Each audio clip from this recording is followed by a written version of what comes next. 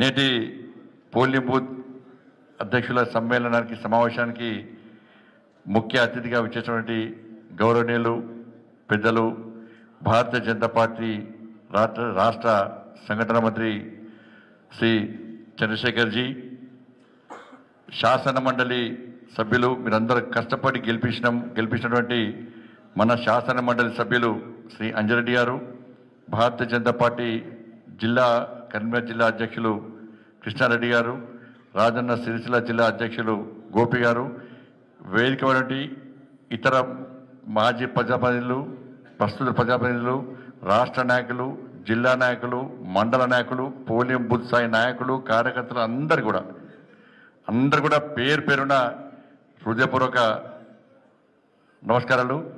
కింద పెండాల్లో కూర్చున్నటువంటి కార్యకర్తలకు, నాయకులకు కూడా హృదయపూర్వక నమస్కారాలు. దేవుడు ఫీల్ అవుతారు. మళ్ళా ఎలక్షన్స్ రాష్ట్ర ప్రభుత్వము సర్పంచ్ ఎన్నికలు నిర్వహించని డిసైడ్ చేసింది. తెలుసా అందరికీ విషయం? తెలుసా? అబ్బో, మీరు ఎదురు చూస్తున్నారా?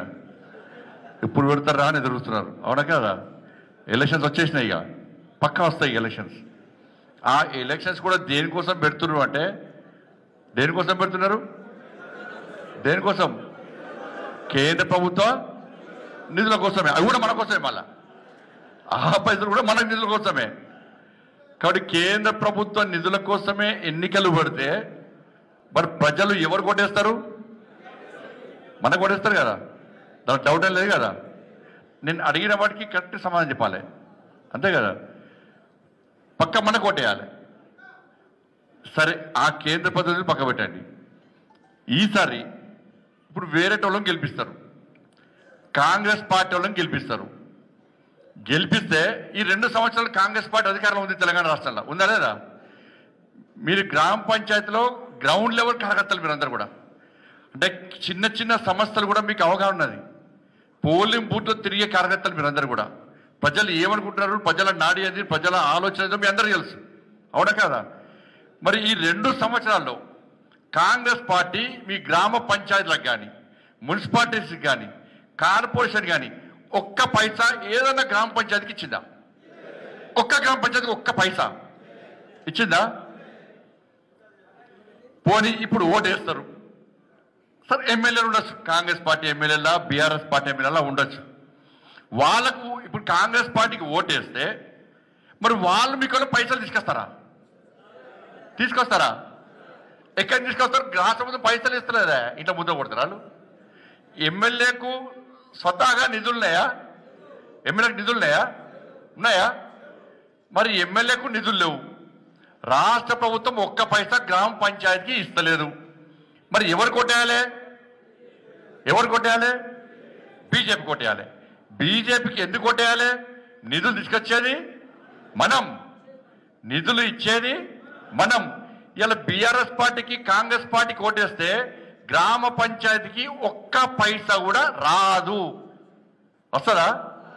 ఇలా భారతీయ జనతా పార్టీకి ఓటేస్తే కేంద్రం ఇచ్చే నిధుల ద్వారా అభివృద్ధి చెందే అవకాశం ఉంటుంది.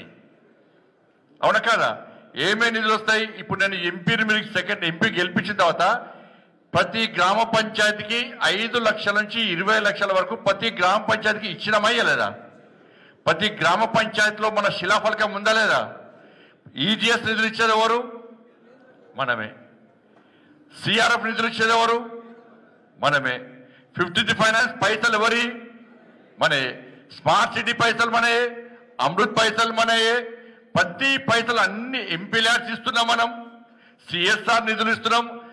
దేశంలో ఈ తెలంగాణ రాష్ట్రంలో రాష్ట్ర ప్రభుత్వము స్వతహాగా ధైర్యం చేయలేని ఇలా పేద 10th క్లాస్ విద్యార్థులకు సైకిల్ ఇచ్చిన ఘనత మనది. వాళ్ళ 10th కాదు, మళ్ళీ ప్రకటిస్తున్నా, 10th కాదు, రాబోయే 4 నెలల లోపల, 5 నెలల లోపల 9th క్లాస్ స్టూడెంట్స్ కూడా పక్క సైకిల్స్ ఇస్తాం మనం. ఇవాళ 10th క్లాస్ స్టూడెంట్స్ అందరు కూడా ఎగ్జామ్ ఫీజు చెల్లించినటువంటి పార్లమెంట్ కూడా కరీంనగర్ పార్లమెంట్. దాంతో పాటు నషా ముక్త్ భారత్ పేరుతోని నరేంద్ర మోడీ గారు ఏదో సంకల్పం తీసుకున్నాడో ఆ సంకల్పాన్ని దృష్టిలో పెట్టుకొని నిన్న కరీంనగర్ జిల్లాకు సంబంధించి 2500 మందిని క్లబ్స్ ఏర్పాటు స్టూడెంట్స్ తో క్లబ్స్ ఏర్పాటేసి వాళ్ళకు టీ షర్ట్ కూడా ఇచ్చింది కూడా మనమే. ఇవాళ ఆర్ఓబి కరీంనగర్ ఆర్ఓబి కానీ ఉప్పల్ ఆర్ఓబి అని ఉప్పల్ ఆర్ఓబి 30 సంవత్సరాలే ఇలా పని నడుస్తుంది నడస్తలేదా? ఇవాళ దాంతో పాటు మనకు రెండే ఇంపార్టెంట్, 2 డిపార్ట్మెంట్స్ కూడా ఇంపార్టెంట్ ఇస్తున్నాం.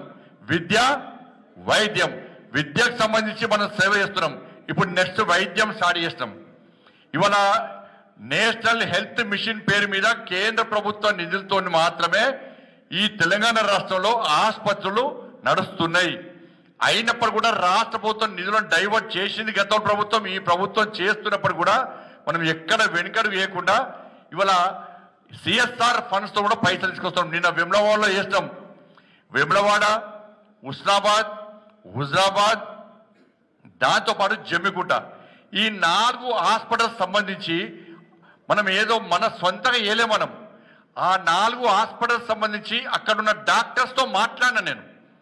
మాట్లాడి మీ హాస్పిటల్లో చాలా పేదోళ్ళు వస్తారు ప్రభుత్వ ఆసుపత్రులకు, కానీ హాస్పిటల్లో సూదులు లేవు, దూది లేవు, మెడిసిన్స్ లేవు, ఏం పరికరాలు లేవు.